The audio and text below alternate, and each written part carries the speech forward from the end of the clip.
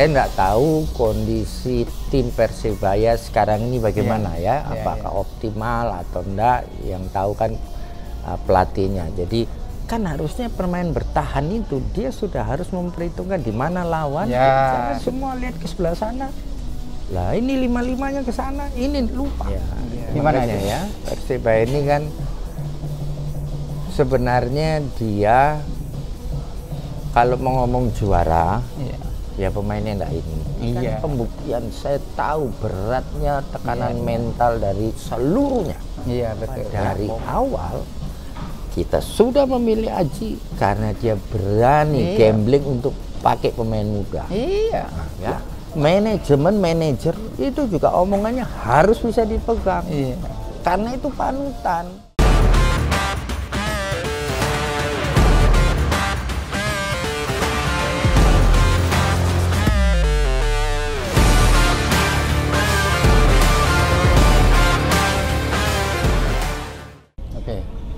Bismillahirrahmanirrahim.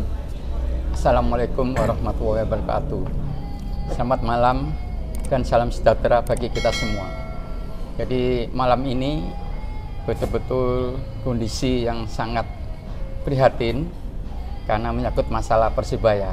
Jadi untuk itu saya berkeinginan ketemu sama Viral lagi agar bisa menganalisa pertandingan yang dilakukan sore tadi di Stadion GBT Surabaya. Jadi untuk itu saya juga ucapkan terima kasih sama Viral Hatu yang masih ada waktu dan kesempatan untuk ngobrol-ngobrol lagi tentang Persebaya, karena Persebaya ini juga tidak lepas dari sejarah yang kita alami pada waktu itu, pada kala itu. Jadi ini perlu supaya Viral ini bisa menganalisa agar di dalam pertandingan selanjutnya ada evaluasi, ada perbaikan-perbaikan yang sekiranya bisa membantu coach ABCS dan mungkin manajemen Persebaya juga. Jadi untuk itu saya kira begitu. Selamat malam Viral Hatu. Selamat malam Mas Joko. Gimana keluarga? Sehat. Alhamdulillah sehat ya. Jadi itulah yang perlu saya sampaikan, bahwa pagi ini atau malam ini kami bertemu untuk membicarakan tentang Persebaya menghadapi Persibabu tadi sore. Jadi perlu diketahui bahwa sore tadi Persebaya tampil tidak maksimal karena mungkin beberapa pemain yang tidak bisa tampil, jadi mungkin tampil pincang. Terus yang kedua juga kemarin itu ada kondisi pada saat main di Jakarta mengalami kekalahan dengan tampilnya 10 pemain, tapi itu saya lihat perjuangannya juga bagus. Yang tadi juga demikian, cuman sayang memang seperti Persikabo bisa memanfaatkan kondisi itu yang tadi itu, ya dengan 2 gol yang dicetak itu memang saya kira Persebaya mungkin ambisi atau beban ingin memenangkan pertandingan dengan selalu menyerang dengan sporadis, akhirnya mungkin mengabaikan pertahanan, lengah akhirnya bisa dimanfaatkan oleh pihak Persikabo. Saya kira begitu. Mungkin dari Viral diulas secara tuntas, silakan. Terima kasih. Terima kasih Mas Joko. Jadi tadi kebetulan saya bisa nonton penuh ya. Dari awal saya lihat Persebaya banyak menguasai permainan Jadi bola lebih banyak dimainkan oleh tim Persebaya. Tapi serangan-serangan yang dibangun ini sering kurang lancar.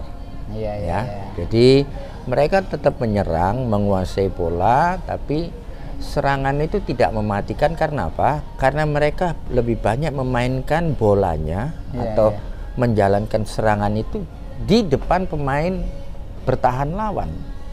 Jadi tidak lebih memanfaatkan ruang-ruang yang ada di belakang pemain pertahanan.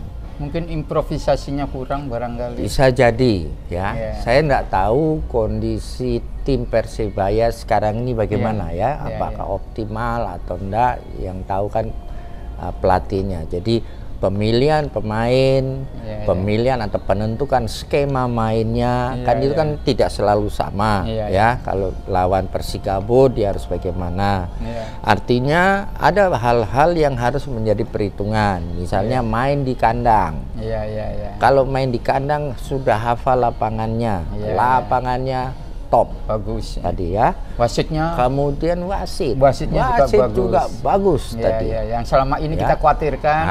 Iya kan begitu. Karena terjadi juga kemarin pertandingan sebelumnya meskipun main di kandang kan juga dirugikan harusnya dapat penalti ya. Makanya tapi terjadi kali ini enggak. Dan saya punya pikiran di awal ya. Nah, ini lawan Persikabo. Kemarin habis luka kalah lawan Persija, ini balas dendam dia tapi lihat semangat pemain, penetrasinya, saya bilang wah ini bagus di babak pertama, bagus ya. Ini ada harapan ya. Tapi berjalannya waktu 15 menit, 20 menit, 25 menit, terutama babak pertama ya. Ya, babak pertama ya. Itu kok ya cuman gitu aja. Nggak ada manuver yang betul-betul bisa mematikan ya. Penetrasinya kurang ya. Tidak terlihat. Jadi dia main aja. Ya kan? Nah, ini peluangnya kurang. Sangat kurang. Di mana kita menguasai bola lebih banyak, kita yang memainkan, artinya kita mendikte permainan. Ya. Kecepatan punya, skill punya. Tapi ini tidak dikemas dalam satu skema bermain yang memang sudah direncanakan kan kita mesti tahu. Biasanya teman-teman itu kan tahu ini lawannya ini, dia kuat di mana, lemah di mana. Itu harus kita manfaatkan ya, dan kita perhatikan di mana dia kuat, itu kita perhatikan juga ya. Nah, tapi itu terus, dan sampai babak pertama habis hampir tidak ada peluang yang dia ciptakan ya. 1, 2, 3 mungkin cuman ya. Nah, sialnya Persikabo itu dapat peluang 1 ya. Pemain itu asing itu dari kiri, dari sektor pertahanan kanannya Persibaya.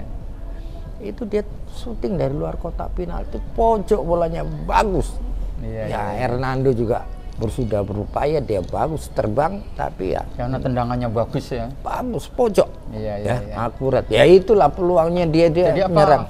Karena hal itu gol pertama terjadi kan otomatis Persibaya ini, para pemain ini kaget dengan kejadian gol pertama itu. Nggak disangka kan? Karena dia berusaha bermain baik, semangat juang tinggi, tahu-tahu lengah pertahanan kena tendangan masuk. Apa itu? Ini otomatis kan. Ini juga menjadi catatan bagi saya. Pada saat konsentrasi semua pemain menyerang, kan harusnya pemain bertahan itu dia sudah harus memperhitungkan di mana lawan. Sehingga kalau seandainya kalau ada bola itu nyasar ke pemain lawan ini, saya sudah harus pasti bisa mengcover dia. Tidak perlu langsung terpaku dengan serangan yang dibuat teman-teman di depan. Dia cuma di situ dia. Dan ini 2 kali terjadi. Gol pertama, gol kedua juga sama.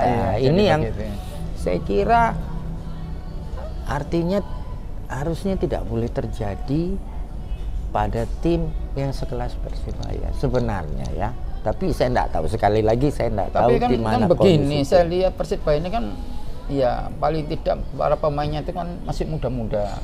Paham. Dari sisi pengalaman mungkin masih kurang. Jadi dia menganggap bahwa menyerang, menguasai permainan, sudah yakin bahwa pemain kita akan cetak gol, yakin bahwa kita akan memenangkan pertandingan. Dia nggak sadar bahwa ada transisi serangan balik yang membahayakan pertahanan kita. Dan dia lengah di situ. Nah, apa karena itu faktor mental juga? Ya, saya kira kalau dibilang itu, artinya saya tidak tahu ya pertandingan sebelumnya apakah itu, tapi bagi saya ya, kalau di tim sekelas yang Liga 1, ini prinsip dasar. Kita main bola, kalau dia apalagi saya ya, hal itu ya, saya kan posisi di belakang pertahanan.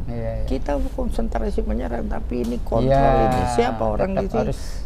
kita tidak perlu banyak orang, tapi kita harus ambil posisi yang bisa preventif lah ya, preventif dalam arti kemungkinan terjadi. Betul.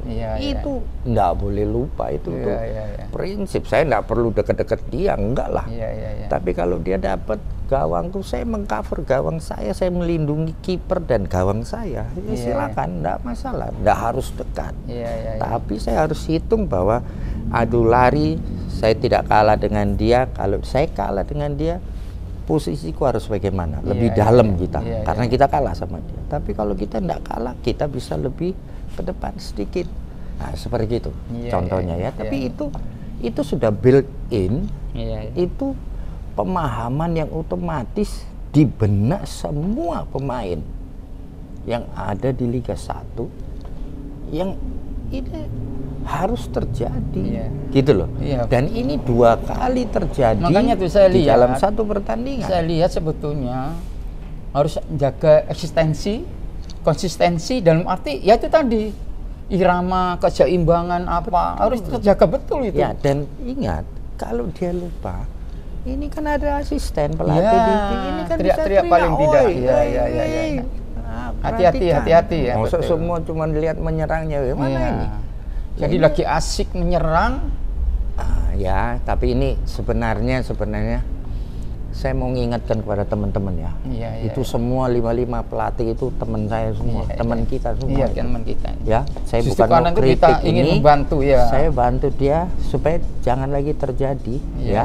Kalau itu menyerang, ada semua asisten yang lainnya coba kontrol posisi berdirinya pemain pertahanan. Kalau ada counter itu mesti di guidance sebenarnya, diingatkan, diteriakin dari pinggir. Bagaimana posisi kiper? Harus cerewet pelatih. Iya, jadi jangan semua lihat ke sebelah sana. Lah ini 55-nya ke sana, ini lupa. Kan depan publik sendiri ini kan berat gitu loh.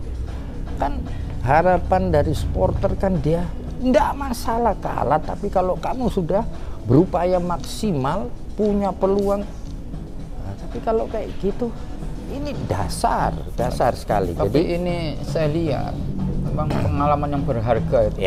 Dalam arti begini, oke lah lawan Persija itu kita dia anggap tim besar tim besar. Terus yang kedua kita hanya tampil 10 orang selama menit ke-29 ya kan. Itu orang bisa maklum. Ada faktor non teknis bisa maklum ya. Gitu loh. Tapi di kandang ini paling tidak itu kita harus antisipasi kemungkinan yang terjadi.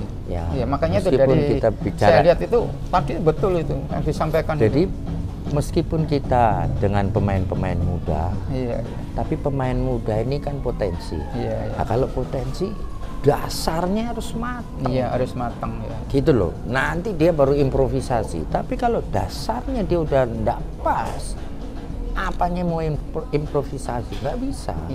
Gitu loh. Jadi kalau ya ini harus diajarkan memang. Ini nggak boleh lupa Dan masih ada. Waktu menyerang ini satu pelatih mau bejo kayak woi teriak. Tadi saya lihat ada yang disampaikan bahwa ketergantungan sama salah satu pemain. Kalau pemain ini nggak tampil karena kita berharap sama pemain ini, karena nggak bisa dalam kompetisi selalu pemain yang diandalkan atau sebagai pilar itu tampil terusan, tidak selalu begitu. Begitu tidak ada tampilnya pemain yang kita harapkan, itu harus penggantinya juga harus paling tidak harus sama kan. Artinya begini. Ini kan rotasi. Rotasi. Ya kan? Rotasi. Oke. Kalau itu tidak bisa terjadi karena kapasitasnya kurang, berarti kamu mesti ganti strateginya. Skema mainmu harus berubah. Kalau saya pakai yang ini tidak bisa seperti itu lagi. Kalau saya pakai si A bisa ada, saya mungkin pakai ini. Tapi kalau dia tidak ada, aku juga tidak bisa pakai ini. Mesti berubah. Pakai plan B kita. Ya, kalau itu ada pergantian lagi, tidak bisa A, tidak bisa B, C kita pakai. Terus apakah itu yang optimal atau yang terbaik? Enggak. Tapi itu menjadi yang optimal. Itu yang ideal untuk kondisi yang seperti ini. Misalnya ada yang kena kartu merah, ada yang cedera. Kan berarti berubah komposisi. Catur, kartu merah, kan tidak bisa tampil. Kalau dia ada perubahan begitu, cara mainnya mesti berubah. Tapi performa timnya mesti konstan. Lah ini konsisten loh. Tadi itu. Konsisten. Jadi memang berubah, cara mainnya berubah. Mungkin ya, nggak enak dilihat. Memang harus ada plan tadi itu, bener ya. Kalau kita nggak enak dilihat, tapi kita kan kalau kompetisi mau hasil tuh. Iya. Kamu mau main hebat pun terus kalah 1-0, 2-1 ini apa gunanya? Nggak ada 0 poin. Ini yang harus menjadi perhatian. Saya kira bukan ini karena teman-teman saya ya. Nah ini saya bicara ini juga harapan saya pelatih-pelatih lain juga berpikirnya begitu. Memang begini kalau saya lihat, karena saya lihat Persibaya ini kan katakanlah ya banyak memberi kesempatan, peluang terhadap pemain-pemain muda. Betul. Memang pemain muda ada plus minusnya. Betul. Plusnya mungkin karena dia stamina, semangat juang apa, dia berlatih dengan giat apa. Tapi minusnya dia dari sisi pengalaman, jam terbangnya. Kejadian ini makanya dialami pada saat pertandingan tadi juga bisa juga begitu kan? Ya, artinya apa? Artinya kalau kita sudah sepakat, pakai pemain muda, ya. Kita kan harus menyesuaikan dengan skema main kita. Betul. Seperti yang tadi disampaikan. Ya. Jadi nanti kalau ada pemain senior yang punya karakter ini, kita bisa pakai skema main seperti A ini ya. Nah, lebih tinggi tingkatannya. Tapi kalau pemainnya ini masih ini, kita nggak bisa yang ideal, yang harus yang itu. Tapi ini karena apa? Ini yang optimal. Kita kan mau hasil pertandingan itu, gitu loh. Satu, kalau kita dalam satu pertandingan, amankan dulu pertahanan, jangan sampai kita mesti antisipasi lawan tuh yang kuat yang mana, dia serangannya dari mana, apakah dia dari crossing atau dia main one to touch yang langsung main dari kaki ke kaki, atau dia dari sayap dia cross. Kalau cross ini ada pemain tinggi, ternyata ada. Kalau gitu aku punya pemain yang tinggi enggak yang untuk lawan ini? Jangan dipasang pemain yang pendek, kalah terus duel dia, ya toh. Oke, ada pemain tapi dia kurang. Oke, cari pemain yang bisa menutupi kekurangannya. Kan ini harus dalam satu skema itu, ya kan? Artinya ini bukan komposisi ideal, ya. Untuk lawan ini, untuk kondisi kita sekarang yang ada yang sakit, ada yang kartu merah, ada yang macam-macam, ya toh. Tapi ini yang optimal. Yang bisa. Terus mau apa kita? Mau dapat poin? Ya sudah. Pertahanannya lebih kuat, lebih prudent di belakang, nyerangnya meskipun kita tuan rumah, tapi harus ada 1 poin. Ini tadi dia menyerang bebas, kecolongan terus. 0 poin kita. Ini yang saya pikir harusnya dipikirkan seperti itu. Ya ini apa ya? Ya saya ngomong gini, sebenarnya saya berharap semua pelatih itu sudah punya pikiran seperti itu. Jadi dia itu sudah tahu ini harusnya kita dapat apa, ya dengan lawan yang seperti, kan dia analisa juga lawan tuh punya kekuatan seperti ini gambarannya ya, sehingga kita mesti pakai komposisi ini. Ternyata pemain ini tidak bisa main, sakit perut kah, atau dia cedera atau apa? Oke, gantinya siapa ini? Mungkin bukan ganti yang terbaik, tapi cari yang mungkin di bawah tapi supaya tetap skema ini. Atau kita pakai ganti, skemanya harus berubah karena tidak cocok dengan anak ini. Ini yang artinya ya untuk kelas teman-teman ini ya harus memikirkan itu. Saya lihat ini juga tidak lepas dari manajemen tim. Dalam arti begini, bahwa dalam kompetisi ini kan pasti perlu persiapan, perlu target, ya kan. Jadi pelatih ditargetkan, mungkin target juara, tapi tidak sesuai dengan realitas yang ada. Materinya barangkali, dananya barangkali dibandingkan tim-tim yang lain. Nah ini kan perlu, dalam arti perlu revisi target dengan situasi begini. Contoh salah satu terjadi sekarang kan, beberapa pemain yang keluar seperti dulu zamannya Marcelino apa, iya kan, keluar, terus ada beberapa yang Ridho juga ke Jakarta apa. Nah, kalau seandainya itu semua dibebankan ke pelatih sudah membentuk anak-anak muda, sudah dijadikan, sudah jadi, tahu-tahu dia lepas. Nah, itu bagaimana itu? Kasus itu kan juga perlu diperhatikan itu ke depannya. Ini Mas, kita bicara tentang ke depannya loh Persibaya ini. Ya, gimana ya? Persibaya ini kan sebenarnya dia kalau mau ngomong juara, ya pemainnya enggak ini. Iya, betul. Realistis ya. ya. Makanya jadi tidak seperti begini kalau kita gitu dia mau iya. juara. Tapi kita ini percaya terhadap proses. Ya, Persibaya ini percaya dan saya setuju sekali. Ya, harus cetak pemain. Ya. Tapi kita kan perlu waktu itu. Nah, hanya butuh waktu. Ya, butuh waktu. Ya. Dan harus ya sabar, sabar dia. Ini harus terus kasih kesempatan kepada pemain-pemain muda. Ya. Nah, dalam kondisi seperti ini, ya toh, ini saya juga kepengen semua stakeholders dari Persibaya, pengurus, pelatih, pemain, penonton, media, termasuk kita ini itu pencerahan kepada supporter tidak gampang kayak gini. Betul, Saya tahu betul kesulitannya tim pelatih itu untuk memikirkan itu dalam kondisi seperti ini. Bayangkan ya, tim Persibaya yang sudah 5 kali bermain, dia hanya menang sekali, draw 2 kali, kalah 2 kali. Ya. Ini pertandingan ke-6. Nilainya 5. Ya kan? Nomor 15 sekarang. Nah, dia kan baru dapat 5 poin. Ini pertandingan ke-6, habis kalah di Jakarta lawan Persija. Terus ini pertandingan, ini kan pembuktian saya tahu beratnya tekanan mental dari seluruhnya. Iya, betul. Ya, mau pelatih, mau pemain, mau pengurus manajemen. Dia cuma bilang ini jangan sampai kalah. Tapi kan ternyata hasilnya kan berbuat lain. Nggak apa-apa, normal itu. Ini harus dilewati. Tapi konsistensi itu penting.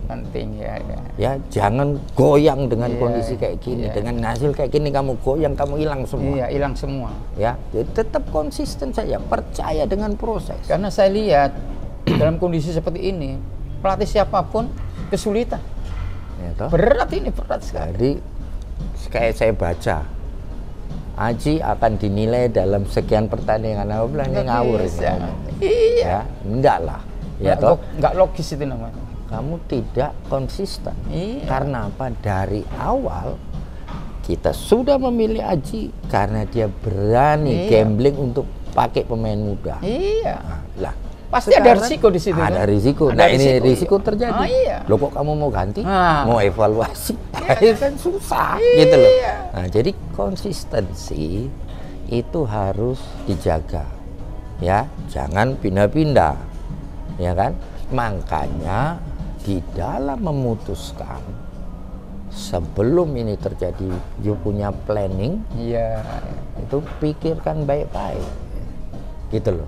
Jadi manajemen itu pegang peranan juga itu. Betul. Sehingga apa? Kalau terjadi risiko seperti ini, apa yang harus kamu lakukan?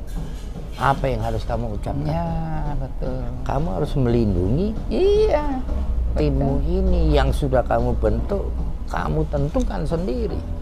Kan sepakat dia. Soalnya gini. Gitu loh. Kalau seandainya ini kan Aji ini kan sudah mungkin tahun kedua atau tahun ketiga gitu kan.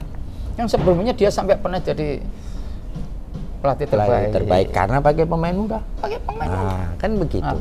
Setelah itu pemain muda sudah dijadikan pada keluar semua. Kan ini gitu kan harus dinilai nih, dievaluasi nih. Kenapa gitu. Ini ya? Kan ini pelatih ini sudah bagus, sudah maksimal itu. Saya lihat pemain nasional semua. Jadi saya dalam hal ini meskipun saya kritik, saya berdiri di belakang Aji. Betul. Saya support dia. Ya, konsisten. Ya, jangan goyang. Ya. Betul. Orang supporter bisa memaklumi. Nah, tinggal bagaimana dia perbaiki dengan materi pemain-pemain ini, lebih fokus lagi, lebih rigid lagi dalam perbaikan terutama dari segi teknis di lapangan, pengambilan posisi itu. Tapi percaya dulu, harus percaya sama makanya saya itu kan punya pemikiran begini. Kita kalau memasang target harus lihat kondisi, situasi dan kondisinya. Harus realistis. Ini Indonesia, ini sepak bola Indonesia. Dananya berapa? Materinya bagaimana? Iya kan? Betul. Jadi harus sesuai target dong. Sesuai dengan apa yang ada kan begitu, yang realistis. Ini Indonesia, nggak semua begitu. Saya lihat semua pada bilang juara targetnya juara, tapi tidak melihat tim yang lain. Jadi kalau saya nilai ya, kalau kita mau bilang beban juga untuk pelatih itu tahun ini juara, kok menjadi kalau kita bandingkan saja dengan Persib, ini belum kita bicara Persib ini ya, pemainnya hebat-hebat, mahal-mahal sana ya. Persija kita udah rasain ya. Persija pemain muda juga dia masuk unggul. Pemain Persib ya ke sana semua. Ya kan? Ada beberapa kesana. Ya. Ini belum lagi yang Borneo sana, ya, Bali United sana, ya. Ini, ya oke. Harus tahu kondisi begitu. Nah, ya harus seperti begitu dan kondisi kita. Jadi saya kira sebenarnya Persibaya itu ya papan atas lah. Itu kita fight untuk papan atas. Kalau bisa sampai runner up, apalagi juara itu bonus lah.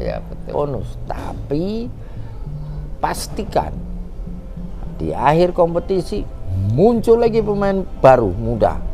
Karena apa? Tagline kita kan bikin pemain, cetak pemain dari anak-anak muda yang itu.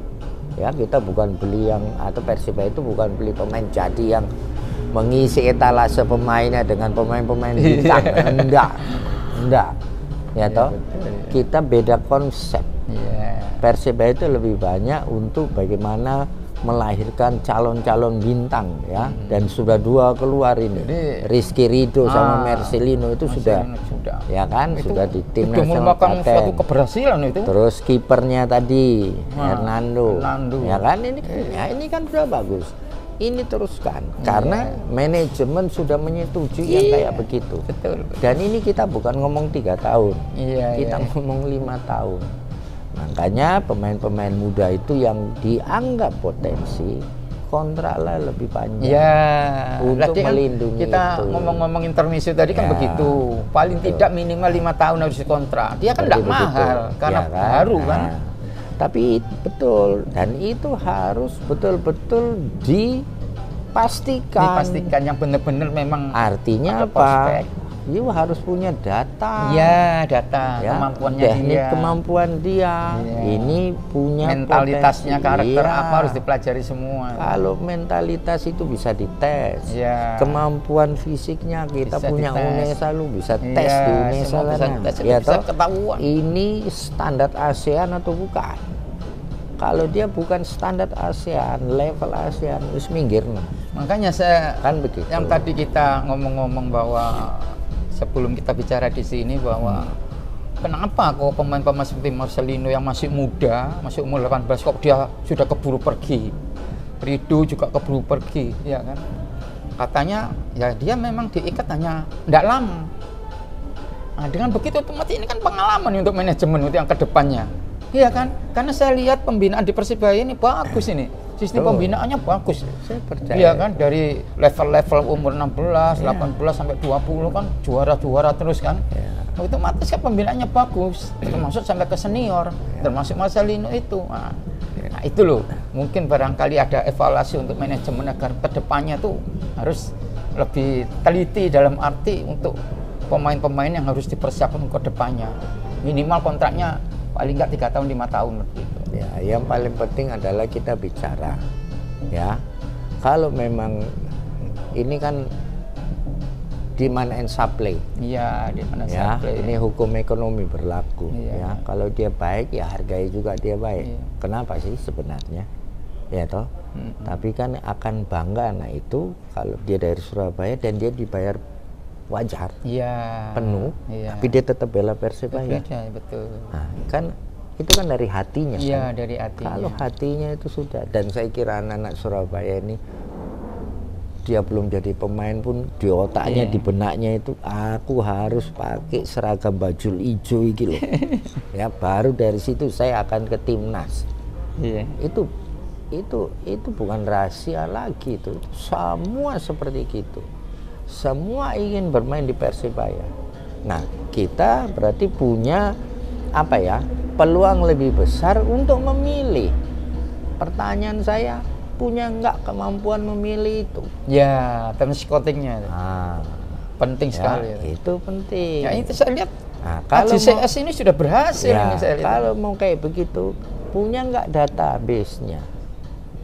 Ya, database kemampuan anak-anak itu. Ya itu yang tadi saya bilang, ini mau standar ASEAN. Nah, kalau kamu nggak standar ASEAN, meskipun sekarang kamu baik, artinya kedepannya kamu nggak bisa capai itu. Jadi begini, kalau saya lihat AJCS ini termasuk pelatih yang baik, betul-betul loyal terhadap Persibaya. Ya. Karena apa? Kalau pelatihnya dari pelatih asing, ambil contoh sekarang, contohnya kayak STY aja lah, tim nasional. Kan jaga reputasi, dia naturalisasi.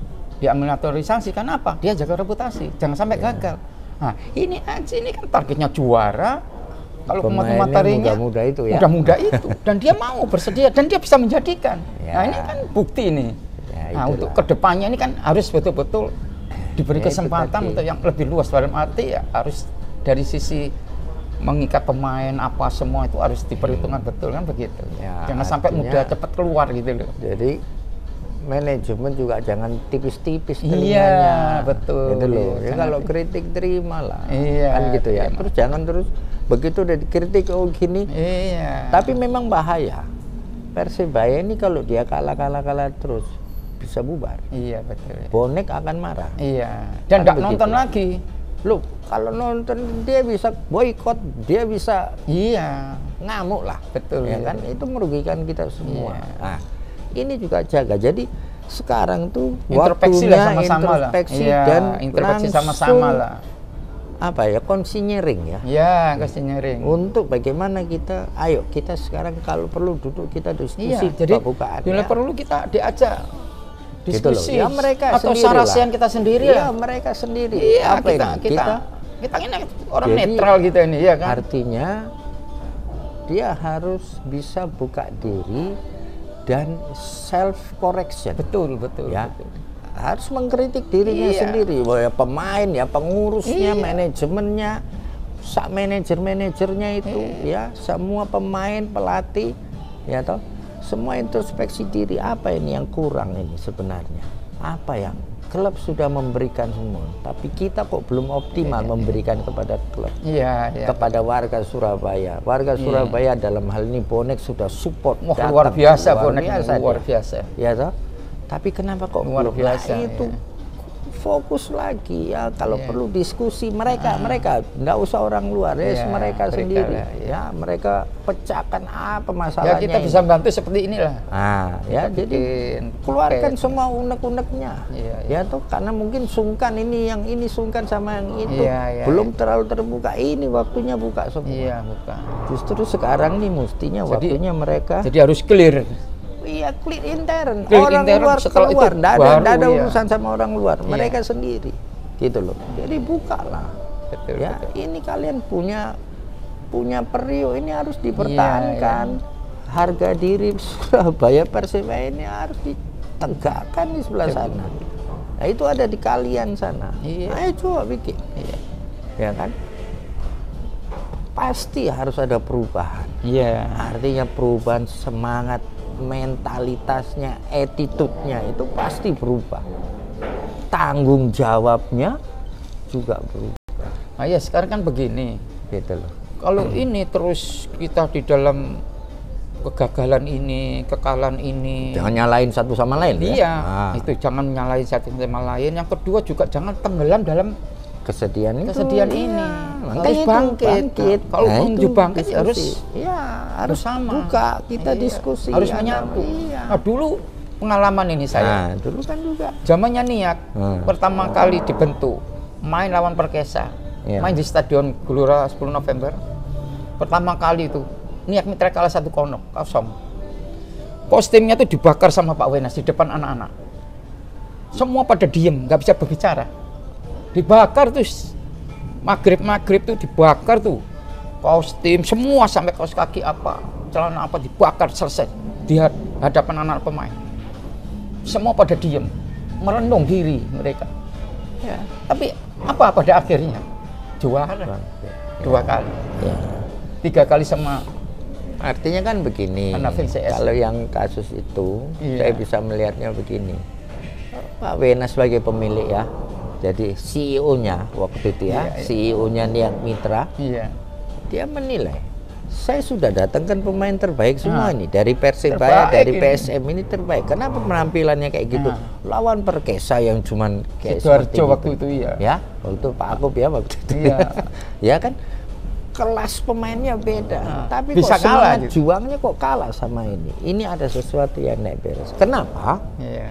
Karena kita masih ada egonya. Iya. Dia di PSM bintang. Iya. Wah, saya mesti latih. Di Persibaya sini Persibaya saya bintang. Dari Persibaya bintang. Akhirnya kan enggak klop. Iya. Nah, tapi setelah cair ya antar ini direnungkan bersama, ayo introspeksi, kita saling dukung. Sudah lewat itu PSM Persibaya, sekarang sudah benderanya Niak Mitra. Menyatu akhirnya. Menyatu kan? Nah, ini sama. Jadi satuan jadinya. Nah, ini sama juga. Nah, sama ini Persibaya. Ya. Aku di dulu Jakarta sini kalah, di kandang dulu kalah. Dia ada pemain lama, ada pemain baru, ya. Ada yang sungkan, ya, ada pemain asing. Ya sudah, buka. Harus hati ke hati, buka ya. Nah, ini harus ada leadernya. Ya, ada leadernya. Ya, manajemen, tim pelatih harus mulai begitu. Apa supaya kira-kira? Nah, gitu loh. Betul. Kenapa kok begini? Kenapa kok begini? Tolong bagaimana? Ini tidak ada salah benar. Iya, betul. Di sebelah sini ya. Tapi terbuka supaya kita itu main dengan hati kalau sepak bola, dan kita tim bukan individu. Kalau individu beda. Ini kan tim. Jadi kalau saya lihat tadi ya, pemain balik lagi ya. Secara individu teknis nggak ada kekurangan, stamina oke, kecepatan ada, tekniknya ada, shooting, passing, kontrolnya oke, bagus semua. Persoalannya itu tadi, lu passing kemana? Kamu berdiri di mana? Jadi visi main bolanya kurang. Ini sebagai satu tim. Penting visi ini gitu penting. Loh. Kan banyak sekali yang individu akhirnya. Karena mereka punya keinginan untuk menang. Akhirnya jadi individu. Lah ini harus diurai. Masing-masing ingin cetak gol. Nah, persoalan dia karena kalau atau secepatnya memenangkan pertandingan. Betul. Ya kalau kasih nanti itu hilang lagi di sana. Kalau daripada itu saya bahas sendiri, saya coba. Kalau aku udah kacau itu, ini kita nggak main tim kalau kayak gitu. Nah, ini sebenarnya ya lebih kepada sisi itu. Apalagi ini anak-anak muda. Ya banyak anak mudanya, ya mereka belum saling kenal. Itu makanya dibutuhkan kita TC bersama. Itu saling. Tapi ada tes. Supaya ada chemistry di antara mereka. Mesti harus tumbuh ya. Jadi bagaimana sekarang manajemen itu mengkonsolidasikan dirinya dengan tim untuk bisa memecahkan masalah ini. Betul. Menghilangkan gap-gap yang sekat-sekat yang tidak perlu itu ya. Gap-gap itu jangan sampai terjadi di tim. Ada pemain baru, pemain lama ya.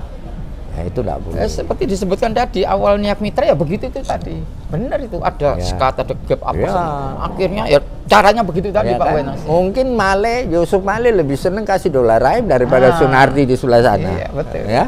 Ya Angelili paling ya lebih kasih Sunardi sama dari Makassar sama dari saling ya. Betul. Kan begitu. Ya kan dia lebih baik bantu Malawing daripada dia bantu Rai. Iya, betul. Kan begitu. Iya.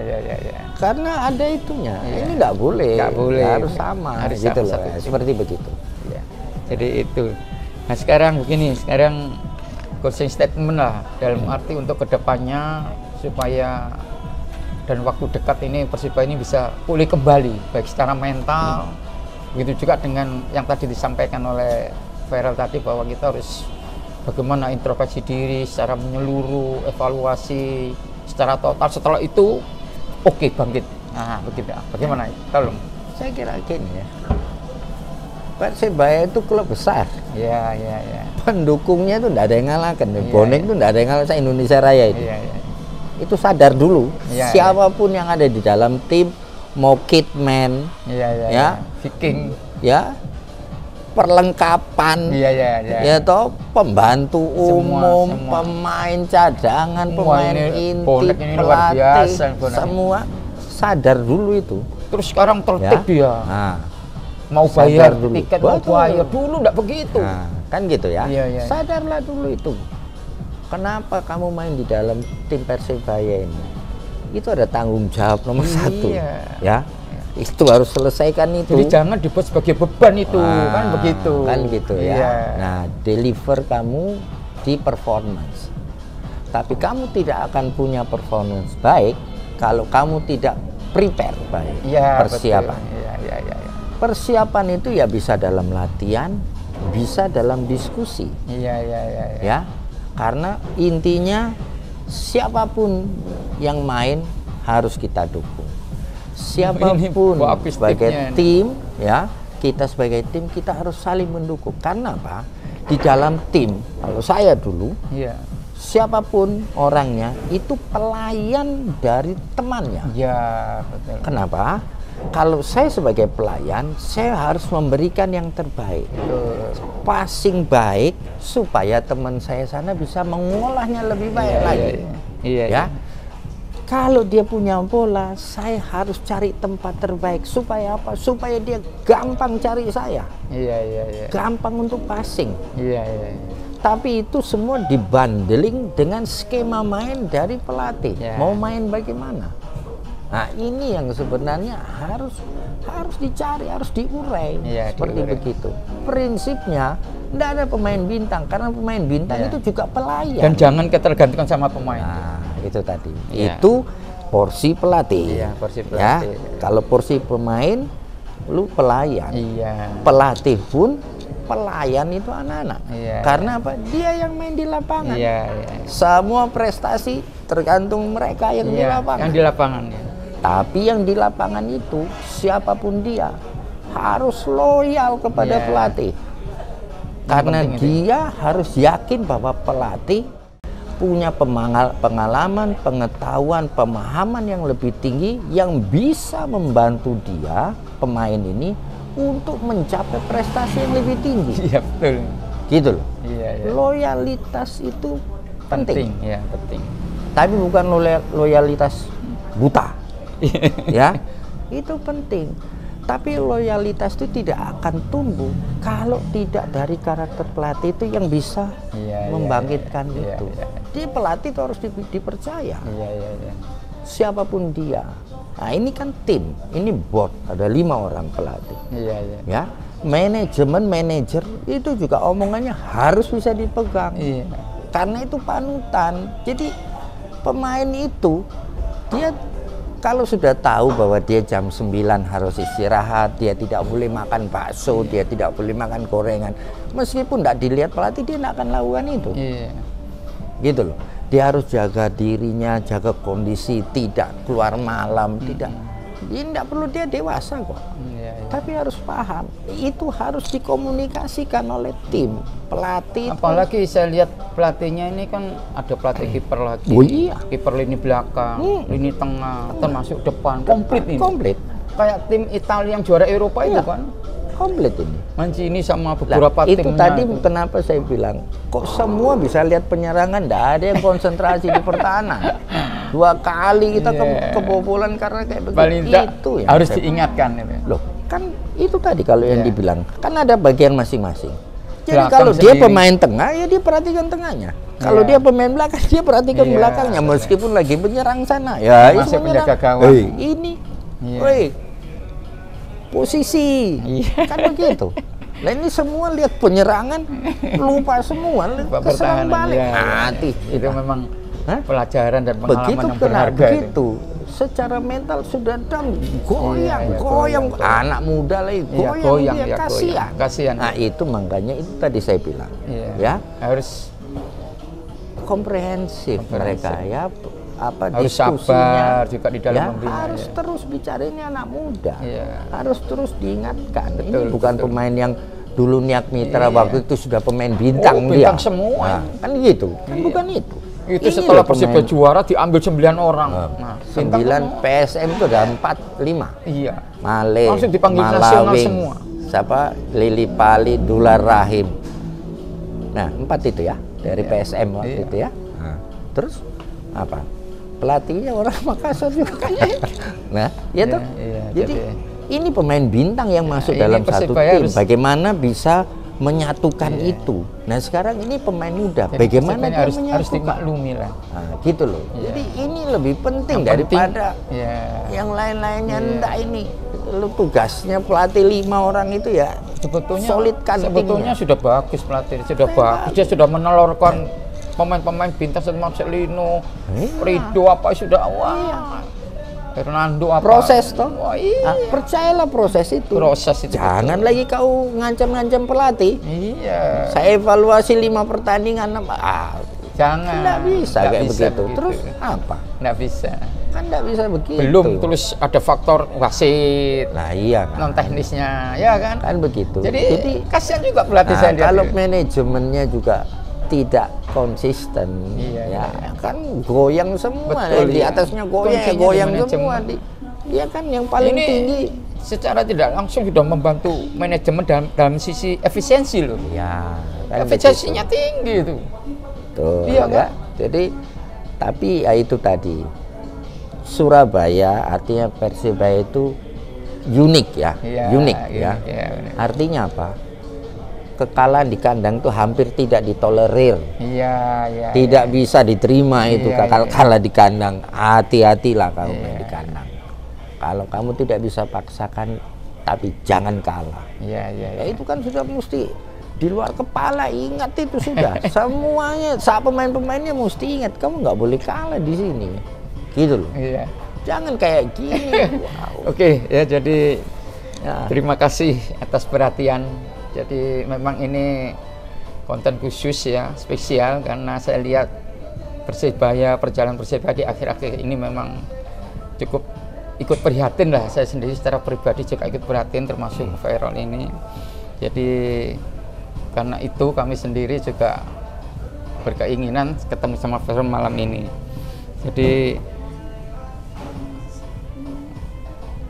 saya akhiri sampai di sini. Jadi kita bawa untuk pertandingan selanjutnya, kita hanya memohon, sama-sama memohon agar Persebaya ini cepat pulih, cepat bisa bangkit kembali dan meraih hasil yang maksimal. Kita support kita support Persebaya karena kita warga Surabaya. Jadi ini mantan Persebaya juga dulu bikin juara. Saya kira begitu, Sobat Jokomalis ya. Syukur untuk subscribe channel di YouTube ini ya, dan dukungannya supaya kita tetap berjalan dengan sebaik-baiknya. Terima kasih. Selamat malam. Sukses. Terima kasih. Selamat sore. Selamat malam.